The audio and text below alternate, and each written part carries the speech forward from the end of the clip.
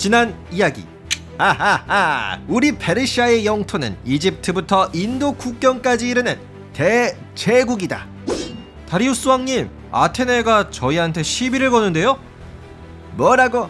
그 조그만 나라가 우리 대제국 페르시아에게 가만두지 않겠다. 지금부터 페르시아와 아테네의 전쟁. 근데 마라톤 경주가 왜 여기서 나올까요? 바로 시작합니다.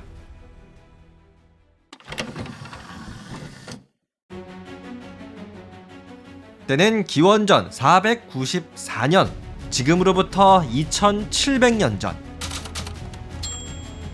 더 이상 페르시아의 지배를 받고 싶지 않아. 그랬다. 페르시아의 작은 도시들이 반란을 일으켰다. 이놈들 감히 반란을 가만두지 않겠어. 하지만 페르시아의 왕 다리우스는 가볍게 반란을 제압했는데, 다리우스 왕이시여, 이번 반란을 부추긴 나라가 있었습니다. 뭐라? 그게 어떤 나라냐? 예, 그리스의 아테네라고 합니다. 아테네?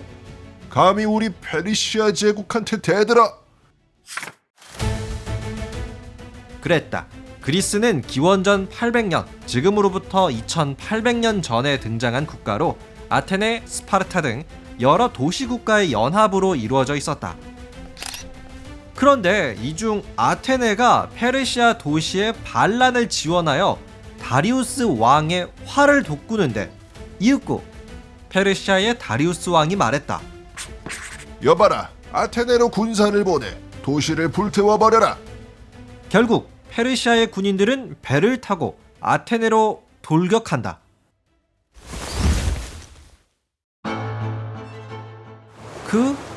그런데 장군님, 더 이상은 무리입니다. 배를 돌리셔야 합니다. 분하다. 태풍 때문에 아무것도 못하고 돌아가야 하다니.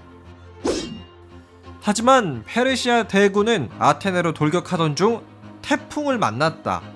결국 이들은 수많은 군인들을 잃고 빈손으로 돌아올 수밖에 없었는데, 그 시각 이러한 소식을 들은 다리우스 왕.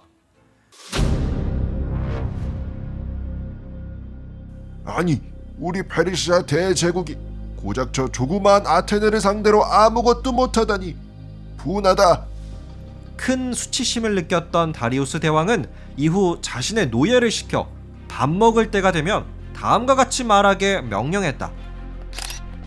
전하, 아테네를 잊지 마시옵소서. 도저히 아테네를 용서할 수 없었던 다리우스 왕. 시간이 흘러 다시 한번 군사들에게 아테네 정복을 명령했다. 다리우스 왕이 말한다. 내 사위 왔는가? 자네가 아테네로 돌격할 우리 페르시아군을 좀 이끌어주게. 그랬다. 이번에는 다리우스 왕의 사위가 대장을 맡아 아테네로 출발했다. 그래, 이건 기회야. 장인어른한테 잘 보일 수 있는 기회라고. 꼭 아테네를 정복해서 장인 어른의 사랑을 독차지하고 내가 페르시아의 왕이 되는. 헤헤. 다리우스 왕의 눈에 들고 싶었던 사위는 페르시아 대군을 열심히 이끌었다. 아테네 몇 개 도시들을 정복하는 데 성공했고, 정복한 도시들은 잿더미로 만들어버렸다. 자, 이제 아테네 본진만 남았다. 어서 돌격하자. 이윽고 페르시아 대군은 아테네의 코앞 마라톤이라는 지역에 상륙했다. 이때 페르시아 군의 규모는 7만 명이었으며, 이는 아테네의 전체 인구수보다 많은 숫자였는데, 하지만 아테네에는 아주 뛰어난 장군이 있었다. 그의 이름은 밀티아데스. 밀티아데스가 말한다. 아테네의 제군들이여, 우리가 페르시아를 막으려면 한 가지 방법밖에 없습니다. 기습 공격을 하시죠. 야심한 밤, 아테네군은 방심하고 있던 페르시아군을 기습 공격했다.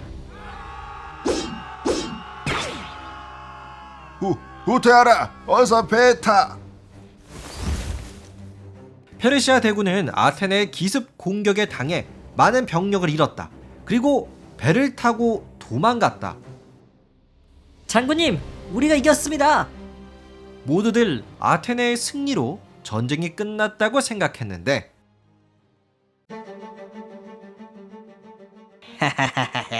바보 같은 아테네 놈들, 우리의 작전이었다. 그랬다.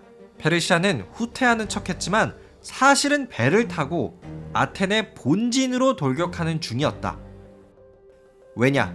밀티아데스의 기습 공격 작전으로 정작 아테네의 본진을 지키는 군인들이 없었기 때문이다. 과연 아테네의 운명은 어떻게 될까?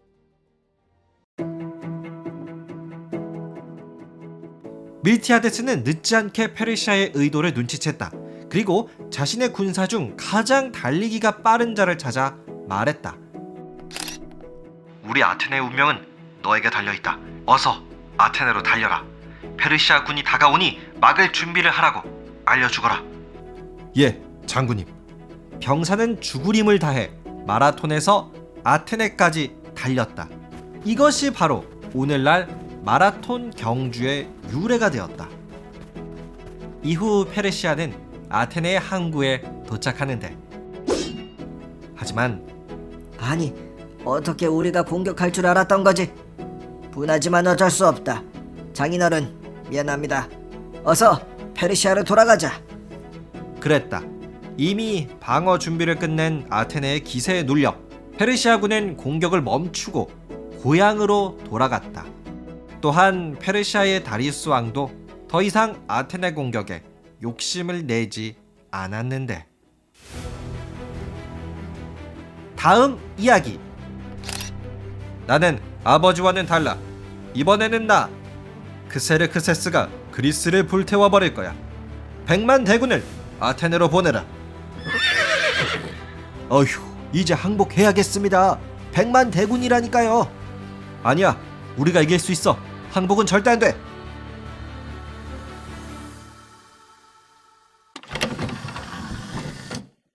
네, 오늘은 페르시아와 아테네의 싸움, 그 첫 번째 이야기를 소개해 드렸습니다. 아테네가 페르시아 도시에 반란을 부추기면서 다리우스 왕의 분노를 샀고요.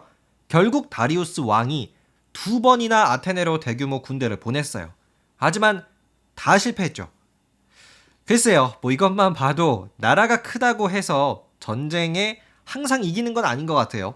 마지막에 왜 페르시아가 아테네 군사들이 항구에 지키고 있는 걸 보고 싸워보지도 않고 그냥 후퇴했잖아요.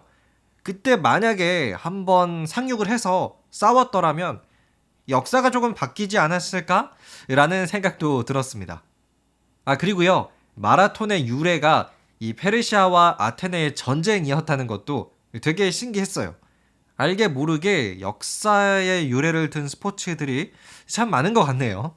여러분은 오늘의 이야기 들으시면서 어떤 생각을 하셨을지 궁금합니다. 언제든지 댓글 남겨주시고요. 저는 이번 주 수요일에 더욱 스케일이 커진 페르시아와 아테네의 전쟁 이야기로 돌아오도록 하겠습니다. 오늘도 끝까지 함께 해주셔서 감사드리고요. 구독과 하트도 꼭 부탁드릴게요. 감사합니다. 안녕히 계세요.